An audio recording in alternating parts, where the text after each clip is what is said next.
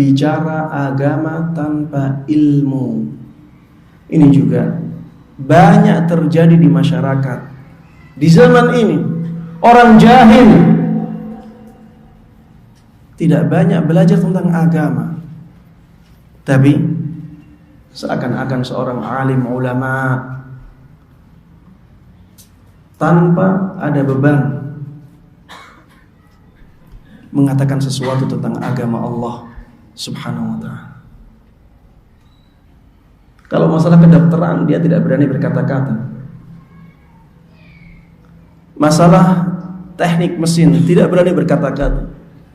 Masalah arsitektur dia tidak berani ngarang-ngarang.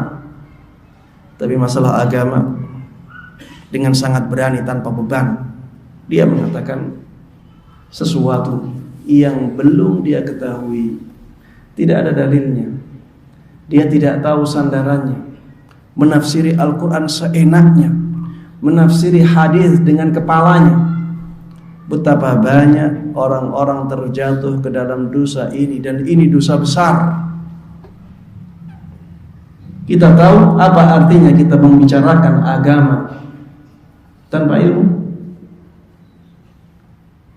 Kita tahu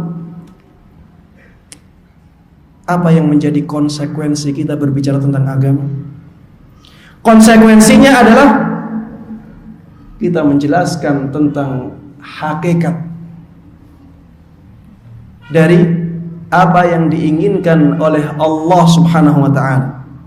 Seakan-akan kita adalah wakilnya Allah Subhanahu wa ta'ala. Ini ya hakikat dari pembicaraan kita tentang agama Allah Subhanahu wa ta'ala. Seakan-akan kita mengabarkan bahwa Allah itu berkata seperti ini, Allah itu menginginkan seperti ini. Kalau misalnya kita mengatasnamakan sebagai presiden bahwa presiden mengatakan seperti ini, takut nggak kita? Takut. Ada konsekuensi hukumnya. Bagaimana kalau kita sebenarnya ya mengatasnamakan Allah Subhanahu wa ta'ala? Itulah konsekuensi semua orang yang berbicara tentang agama Islam. Pada hakikatnya dia mengatakan Allah berkata seperti ini. Pada hakikatnya dia mengatakan Allah berkehendak seperti ini. Makanya ya jangan sembarangan berkata-kata tentang agama Allah Subhanahu wa ta'ala. Lihat firman Allah Subhanahu wa ta'ala di dalam surat Al-A'raf. Qul innama harrama rabbiyal fawahisha ma dhahara minha wa ma batan wal ithma wal baghya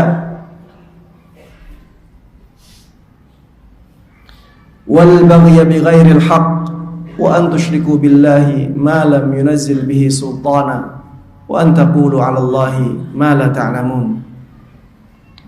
Katakanlah bahwa yang diharamkan oleh Rabbku adalah perbuatan-perbuatan yang keji, baik yang tampak maupun yang samar.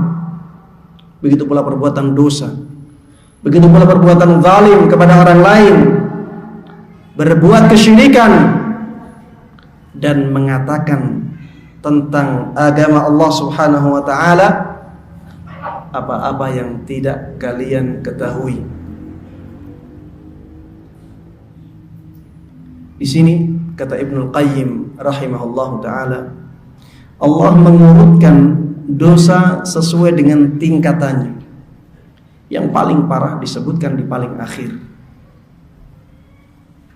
Pertama disebutkan dosa-dosa yang keji, ya perbuatan-perbuatan keji. Kemudian disebutkan dosa-dosa yang di atasnya. Kemudian disebutkan dosa kezaliman. Kemudian dosa kesyirikan.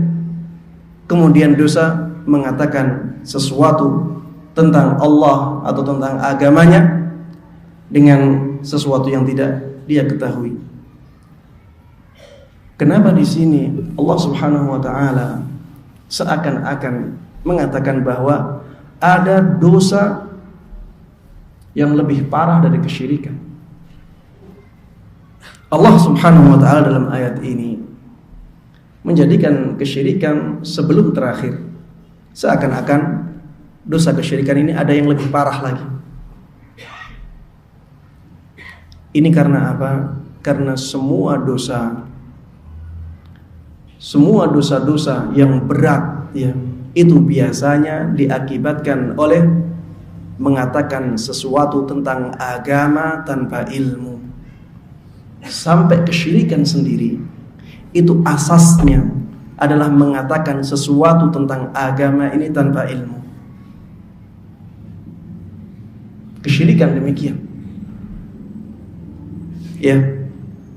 Karena mengatakan sesuatu tentang agama tanpa ilmu, akhirnya banyak orang yang terjatuh ke dalam kesyirikan. Karena mengatakan sesuatu tentang agama Allah Subhanahu wa taala tanpa ilmu, akhirnya banyak orang yang terjatuh ke dalam kekufuran. Banyak orang yang terjatuh ke dalam kemunafikan. Makanya mengatakan sesuatu tentang agama Allah tanpa ilmu ini menjadi dosa yang sangat parah, dan itu diakibatkan oleh lisan. Makanya berhati-hatilah dengan lisan ini.